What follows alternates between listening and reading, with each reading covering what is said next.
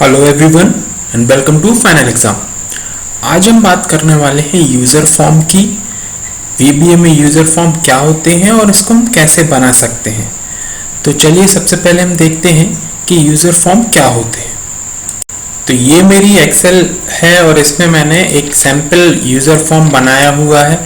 तो इसको आप देख सकते हैं, ये देखिए ये एक यूज़र फॉर्म है और जब हम इसको रन करेंगे या इसको चलाएंगे तो क्या होगा कि ये यूज़र फॉर्म हमें दिखाई देगा और हम इस यूज़र फॉर्म के द्वारा अपने एक्सेल की शीट में डाटा को इंसर्ट कराएंगे। जैसे कि मैं यहाँ पे एक सैम्पल जो डाटा है वो आपको फिल करके दिखा देता हूँ। मान लीजिए मैं देता हूँ, कोई भी नाम दे सकता हूँ। मैंने दिया Rahul, father's name Ashok, age जो हमारी स्पिन बटन है उससे हम एज को बढ़ा घटा सकते हैं। फिर क्वालिफ़िकेशन उसकी क्या है, तो क्वालिफ़िकेशन मान लीजिए मैंने ये दे दी है। और ये जो फॉर्म है इसमें हम ये देख रहे हैं कि ये जो स्टूडेंट है ये स्कॉलरशिप के लिए एलिजिबल है या नहीं है। तो मैंने कहा एलिजिबल है और जब मैं इसको सबमिट करूँगा तो इसको सबमिट करने के बाद ये देखिए ये डाटा मेरी शीट पे आ जाएगा और फॉर्म ऑटोमेटिकली क्लोज हो जाएगा। तो ये फॉर्म हमें बनाना है, तो हम इसको अपनी शीट 3 पर बनाएंगे। शीट 3 पर एक नया डाटा इंसर्ट करते हुए इस जो यूज़र फॉर्म है इसको हम फिर से रिक्रिएट करेंगे। तो चलिए हम शुरू। तो ये मेरी शीट 3 है और इसमें मैंने एक सैम्पल डाटा ले लिया है। इसी शीट का जो शुरू की 2 रो है उसको कॉपी कर लिया है ताकि मैं मुझे याद रह सके कि मुझे कैसा फॉर्म बनाना है। तो इसको मैंने यहाँ पे कॉपी कर लिया। अब हम अपना यूज़र फॉर्म डिज़ाइन करेंगे। तो यूज़र फॉर्म डिज़ाइन करने के लिए मैं अपने विजुअल बेसिक को ओपन करता हूँ। विजुअल बेसिक एडिटर को ओपन करने के बाद एक नया यूज़र फॉर्म ले लेता हूँ और इस यूज़र फॉर्म को हम अपना जो फॉर्म है उसको बनाएंगे। तो यहाँ पे मैं क्या करने वाला हूँ, सबसे पहले तो मैं इस यूज़र फॉर्म को थोड़ा सा इसकी साइज़ बढ़ा लेता हूँ और यहाँ पे मैं लेबल यूज़ करूँगा जिसमें मैं डिनोट करूँगा कि किस चीज़ का डाटा मुझे फिल करना है। तो यहाँ पे मैंने लिखा लेबल और ये मैं व्यू करूँगा और यहाँ पे मैं लिखूँगा प्रॉपर्टीज़ विंडो में इसकी प्रॉपर्टीज़ कुछ चेंज करना है मुझे। तो पहले ही मैं लिखूँगा नेम, ये मेरी नेम हो गया और इसके बाद मैं इसका बैक कलर चेंज कर दूँगा। यहाँ पे मैं बैक कलर चेंज किया, मैं इसका बैक कलर थोड़ा सा दूसरा ले लेता हूँ। मैंने इसका बैक कलर इस टाइप का ले लिया। इसकी जो फ़ॉन्ट है फ़ॉन्ट में बढ़ा देता हूँ और मैंने इसकी फ़ॉन्ट ले लिया 12। तो ये मेरा जो नेम हो गया। इसके बाद में इसका एक टेक्स्ट अलाइन प्रॉपर्टी है, इसको मैं सेंटर कर देता हूँ और इसको थोड़ा सा साइज़ ही कम कर देता हूँ। तो इस तरीके से मैंने अपना जो लेबल है इसकी फॉर्मेटिंग कर ली है। इसको मैं कॉपी करके पेस्ट कर देता हूँ। ये मेरा लेबल 2 हो गया, ये मेरा लेबल 2 हो गया। मैं इसको वापस यहाँ रख देता हूँ। इसकी कैप्शन प्रॉपर्टी को चेंज कर देता हूँ। यहाँ पे कर देता हूँ फादर्स नेम, ये फादर्स नेम हो गया। फिर तीसरा मुझे क्या लेना है, तीसरा मैं अपना एक्सेल में लिखता हूँ। तो ये तीसरा फादर्स नेम के बाद मुझे लेना है क्वालिफ़िकेशन। तो मैं क्वालिफ़िकेशन के लिए फिर से इसको कॉपी कर लेता हूँ। इसको कॉपी करके इसको दोबारा पेस्ट कर दूँगा और यहाँ पे मैं लिखूँगा क्वालिफ़िकेशन।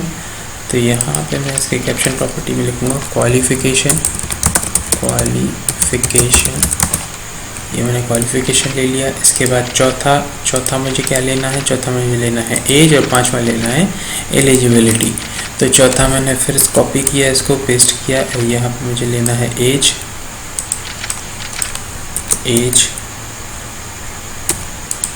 और फिर 5वां मुझे फिर से पेस्ट करके इसको मुझे लिखना है eligible for scholarship, eligible for scholarship.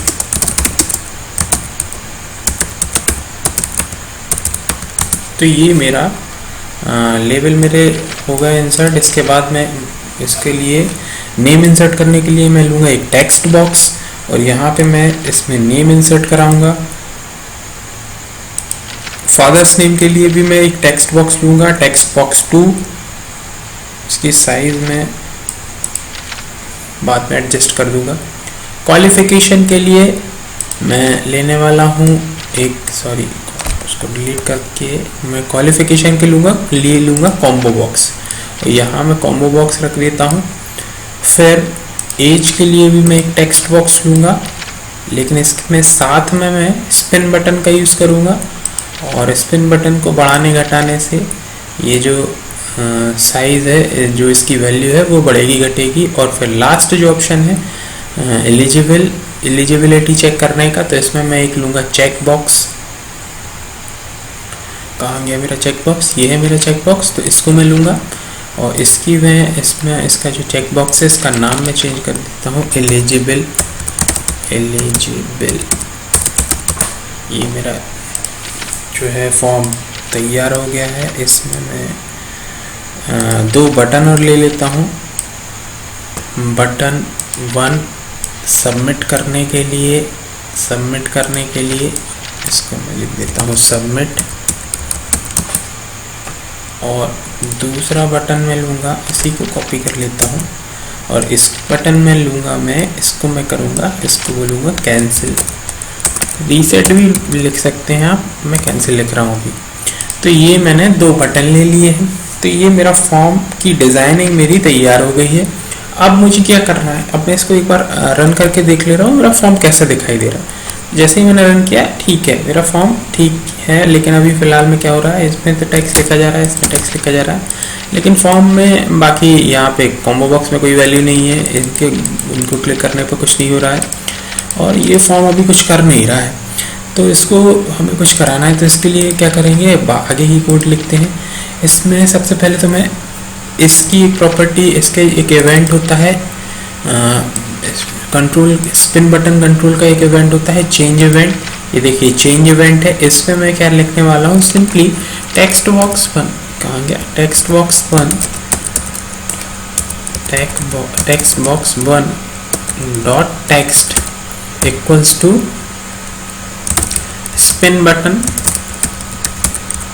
1 dot value. Simple ये प्रॉपर्टी लिखूंगा, और साथ में मैं क्या करूँगा, साथ में मैं स्पिन बटन की मिनिमम और मैक्सिमम वैल्यू को सेट कर दूंगा यहाँ से, इसकी प्रॉपर्टीज़ विंडो से। तो यहाँ मैक्सिमम वैल्यू में लिख दे रहा हूँ 60, और मिनिमम वैल्यू में ले रहा हूँ 60। आप चाहें तो आप अपने हिसाब से भी ले सकते हैं। तो ये मैंने कर दिया है। साथ ही साथ ये कॉम्बो बॉक्स की प्रॉपर्टी होती है, यहाँ पे जो प्रॉपर्टी होती है,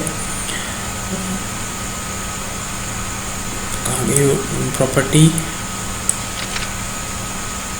रो सोर्स एक प्रॉपर्टी होती है। तो रो सोर्स में मुझे क्या करना होगा, वैल्यू कहाँ रखी है वो देना होगा।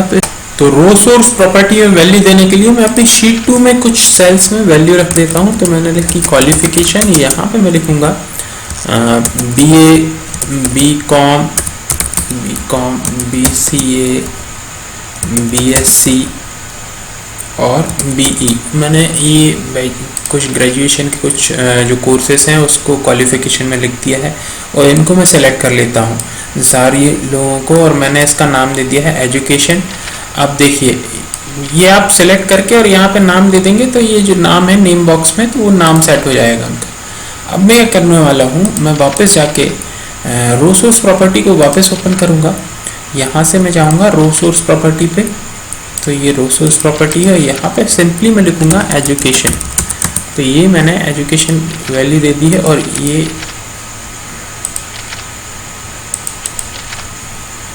उसको मैं रन करके देख लेता हूँ। ये देखिए ये मेरी वैल्यूज सेट हो गई हैं। यहाँ पे भी यहाँ पे मैंने शायद टेक्स्ट बॉक्स बंद दे दिया है गलती से, तो इसको मैं क्या करूँगा, दोबारा अपना जो प्रोजेक्ट है इसको बंद करूँगा, और यहाँ पे जाके मैं टेक्स्ट बॉक्स 1 की जगह ये मेरा जो टेक्स्ट बॉक्स है, ये टेक्स्ट बॉक्स 3 है। तो मैं जाऊँगा टेक्स्ट बॉक्स 3 लिखूँगा इधर पे 1 की जगह, और वो वैल्यू मेरी सही हो जाएगी। अब मेरा जो है डिज़ाइनिंग का पार्ट हो गया, मेरी वैल्यू सब आने लगी हैं। अब मुझे क्या करना है, कमांड बटन से कमांड बटन 1 के क्लिक करने पर मेरा फॉर्म सबमिट हो जाए और वो वैल्यू मेरी शीट 3 में सेट हो जाए। तो मैं क्या करूँगा, सबसे पहले तो शीट 3 को एक्टिवेट कर दूंगा, शीट 3 डॉट एक्टिवेट। इसके बाद रेंज मैं लूँगा, रेंज प्रॉपर्टी, रेंज जो है ऑब्जेक्ट को कॉल करूँगा और यहाँ पे मैं लूँगा A1 इसकी एक प्रॉपर्टी होती है एंड, और एंड में वैल्यू देंगे हम एक्सेल डाउन, सबसे नीचे जाने के लिए वैल्यू दूंगा। और यहाँ पे मैं फिर क्या खोलूँगा, ऑफसेट, और ऑफसेट में मैं खोलूँगा रो 1, जो भी पहली खाली रो हो सबसे नीचे वो, और उसका 0th कॉलम, और इसमें dot value equals to range, अभी तक जो भी वैल्यू है A1 डॉट एंड, दोबारा वही चीज़, ओके इसको बंद किया, डॉट ऑफसेट 1,0 डॉट वैल्यू +1, ये मैंने कर दिया है। तो अब क्या होगा, लास्ट जो रो है, लास्ट रो में जो भी वैल्यू है उसमें 1 ऐड करके और जो है अगले खाली कॉलम में डाल देना है। जो पूरे कमांड है इसका ये मतलब है। इसके बाद फिर मैं क्या करने वाला हूँ, रेंज, अब मैं इसके बाद में रेंज में B1 सेल ले लूँगा और इसके बाद में लिखूँगा एंड, सेम कोड मुझे लिखना है, चाहूँ तो मैं कॉपी भी कर सकता हूँ। ऑफसेट, इसको मैं इतना कॉपी कर लेता हूँ, मैंने इसको कॉपी किया, इसको कॉपी किया, यहाँ पेस्ट कर दिया, इक्वल्स टू, अब मुझे क्या है, नेम में B1 में मुझे रखना है नेम, और नेम मेरा है टेक्स्ट बॉक्स 1 में, तो टेक्स्ट बॉक्स 1 डॉट वैल्यू, फिर मैंने लिखा, इसको कॉपी किया,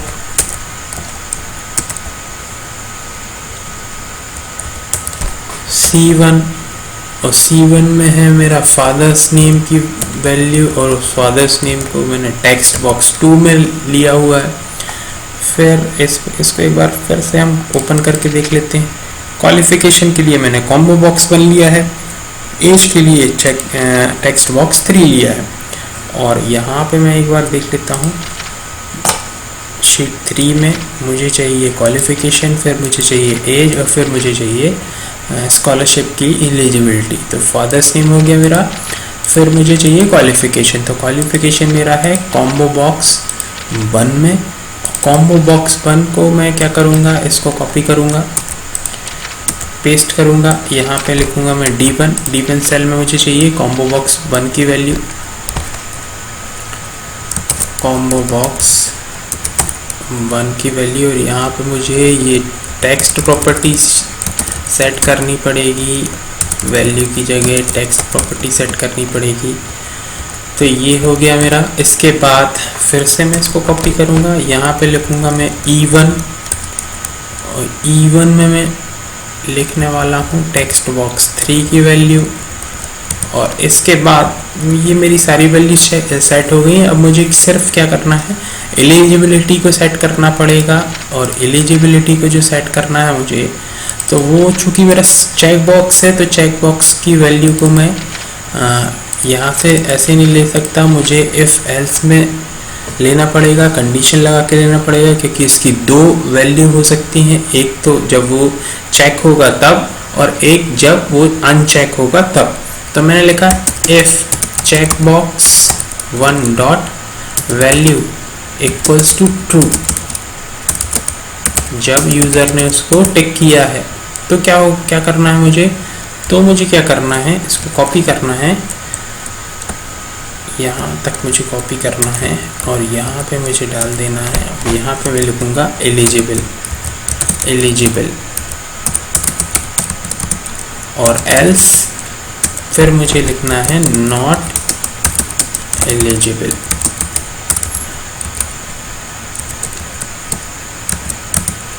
और मैं लिख दूँगा एंड इफ। ये मेरी प्रॉपर्टी, ये मेरा जो है कोड हो गया कंप्लीट। इसके बाद मैं क्या करने वाला हूँ, इस फॉर्म को मैं अनलोड कर दूंगा। अनलोड करने का मतलब है ये जो फॉर्म है एक एंट्री करने के बाद अपने आप बंद हो जाए, तो वो मैं अभी कर दूंगा। इसके पहले मैं इसको यूज़र फॉर्म 2 को खोल के और कैंसिल बटन के लिए भी कोड लिख देता हूँ। ये देखिए मेरा कमांड बटन 2 जो कि कैंसिल बटन है। इसमें मैं सिंपली क्या करने वाला हूँ, टेक्स्ट बॉक्स 1 की अगर कोई वैल्यू इसमें डली हुई है इसको मैं खाली कर दूंगा। इसी तरीके से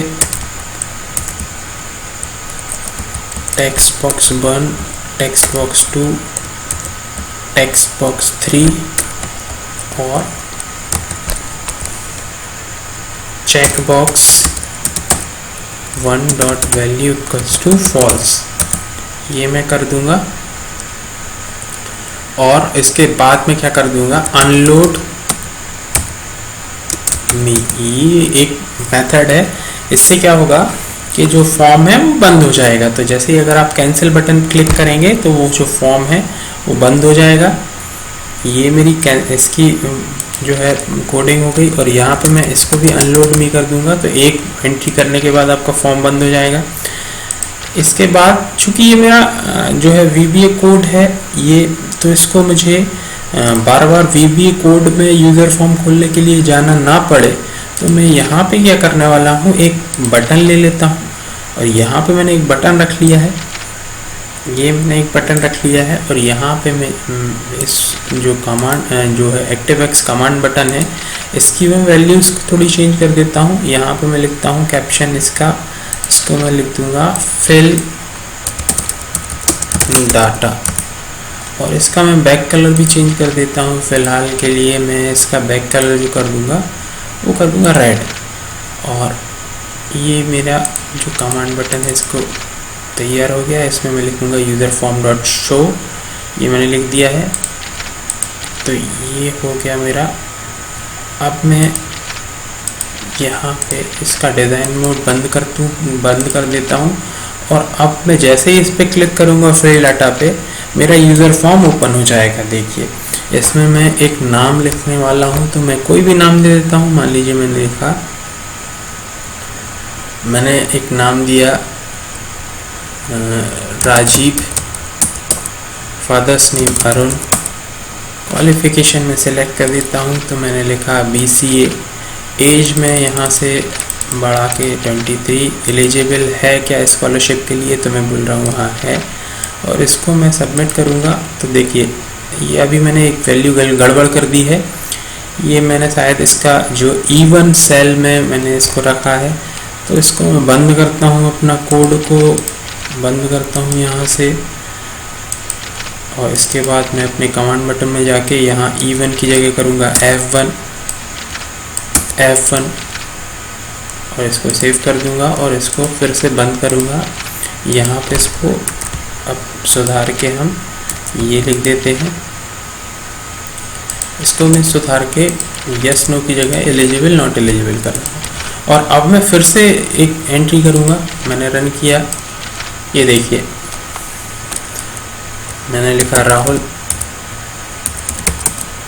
फादर्स नेम अभिषेक, क्वालिफ़िकेशन BSc, एज 20, एलिजिबल, ये एलिजिबल नहीं है स्कॉलरशिप के लिए। मैंने सबमिट किया और ये देखिए डाटा सबमिट हो गया, मेरा फॉर्म बंद हो गया।